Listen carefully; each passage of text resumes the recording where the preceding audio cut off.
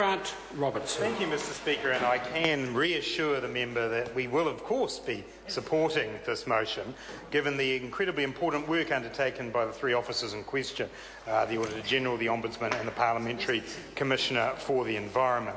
On this side of the House, we want to recognise the excellent work of all three of those officers that play a very important part in our democratic process.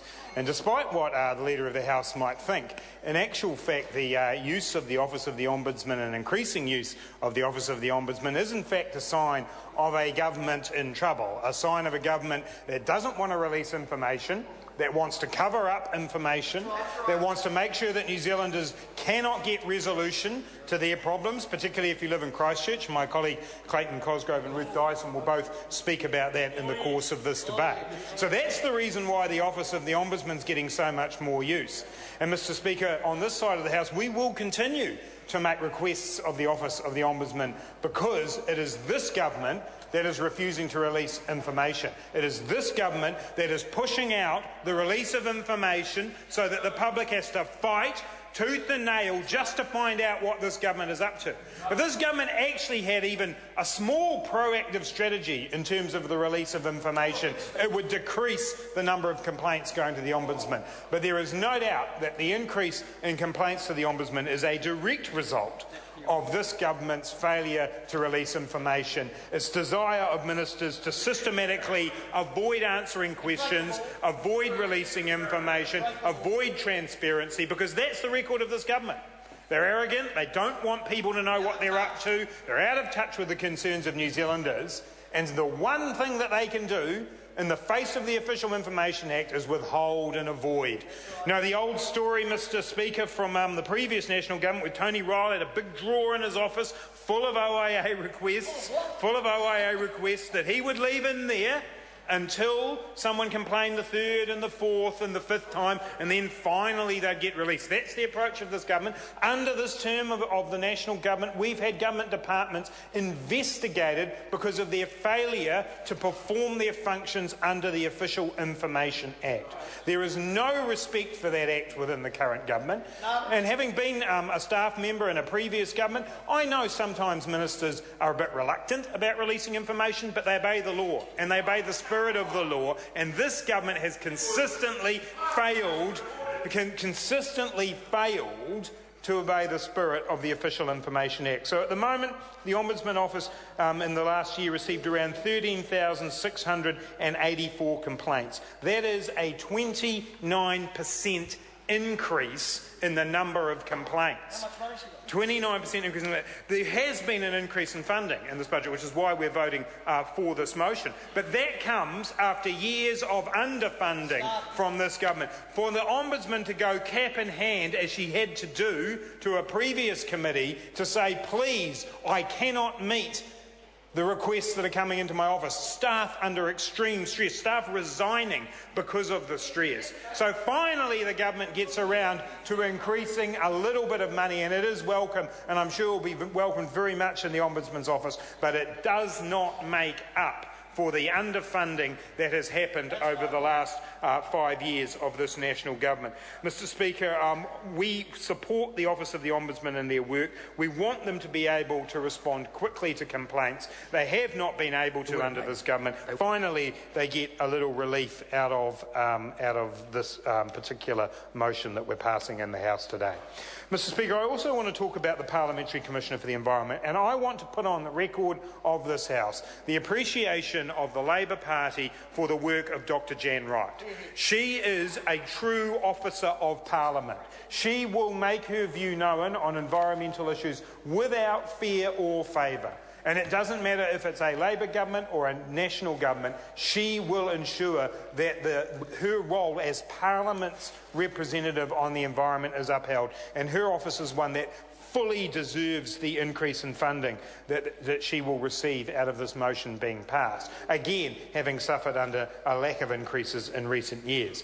But what I call on the government to do is actually listen to the Parliamentary Commissioner for the Environment. It's all very well to say, yes, you know, as Jerry Brownlee did, that they respect Jan Wright and that there is a funding increase here today. But it's time for them to listen. And I just want to cover a couple of areas where that is the case, Mr. Chair and Mr. Speaker. And the first of those comes from, in fact, the Parliamentary Commissioner for the Environment yesterday, who, while welcoming the intent of the Environmental Reporting Bill that has been introduced by the government, has said that she is very concerned with it and wants significant changes to it. And here is a couple of the areas she wants changes, which I think the House might want to reflect on. A clause in the Environmental Reporting Bill that allows government ministers to decide what is and what is not reported upon. So that is the government not listening to the Parliamentary Commissioner for the Environment, not saying, aren't you the best person to give us this kind of advice, but instead deciding themselves what indicators they think might make them look a bit better. That is not something on this side of the House, Mr. Speaker, that we think should go without some kind of challenge. The Parliamentary Commissioner for the Environment says, and I quote, "This approach undermines the independence that is vital for public trust." That is the role of the Parliamentary Commissioner for the Environment. She is totally within her rights to say that. It is time for the government to listen to her and to rethink the Environmental Reporting Bill so that it becomes something that is truly of use to New Zealanders in terms of the protection of the environment. During the past year, the Parliamentary Commission for the Environment has made a number of representations around issues to do with water. And it is quite clear that her view is that the government's response on issues of water allocation and resource allocation generally have not been adequate. She has criticised the national policy statement on water, and she's criticised the lack of action in terms of addressing the runoff of nitrate within the framework that has now been put forward by the government for the management of water. It is time that this government took seriously the allocation of water issues, didn't just look to its mates, for once didn't govern just in the interests of the few that they know, but actually said, we're going to govern in the interests of all New Zealanders when it comes to water. This national government might have decided to give away for free to those privatised energy companies the rights to water, but the overall management of water is one of the biggest issues in the environment in New Zealand, and this government is ignoring the Parliamentary Commissioner for the Environment when she says that their approach has not been adequate. She's also raised concerns about conservation land, and I want to credit my colleague Ruth Dyson for this issue as well, which she has consistently raised, and that is the status of so-called stewardship land within our conservation areas. Stewardship land sits as if in some kind of abyss, where it in fact often has higher conservation values than land that is within the conservation estate, but remains unprotected. And the Parliamentary Commissioner for the Environment has called upon the government to clarify the status of stewardship land, to stop leaving it alone. But once again, the government ignores the Parliamentary Commissioner for the Environment. And Mr. Speaker, the final area I want to address in terms of the recommendations of the PCE is around the Resource Management Act. And there was a lot of talk, Mr. Speaker, in the weekend that we would see the government's reforms to the Resource Management Act back before the House this week. Well, they're not. They're not coming back this week, and that's because they can't get the numbers to pass them. And the same concerns, John Banks knows, he's nodding, they can't get the numbers to pass them. That's why it's not back. And the Parliamentary Commissioner for the Environment has said that is because these are some of the most radical changes ever proposed to the Resource Management Act. That's why John Banks supports them. It's because they're destroying the RMA, which is the ACT Party's policy. So that's consistency from Mr. Banks. I'll give him that. It's not consistency from the National Party. They actually passed the RMA, and here they are gutting it. Turning it into a developer's charter, forgetting about its purpose in terms of managing our natural environment in a sustainable way. That proposal, that bill, if it ever makes it back here, if someone in this House turns on their previous position and the government finds a way of getting it through, will gut and undermine the RMA and undermine our environment. And the PCE is very, very right to ensure that she continues to advocate on that issue.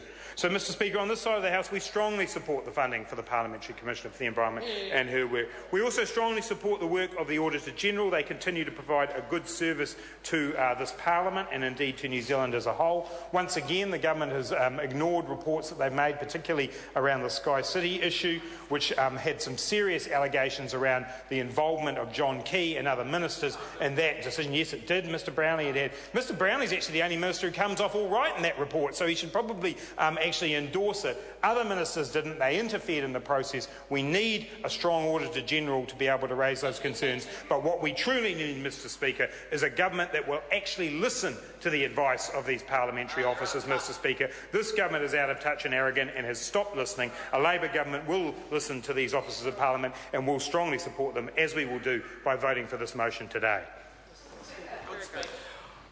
I call the Honourable Member Eugenie Sage.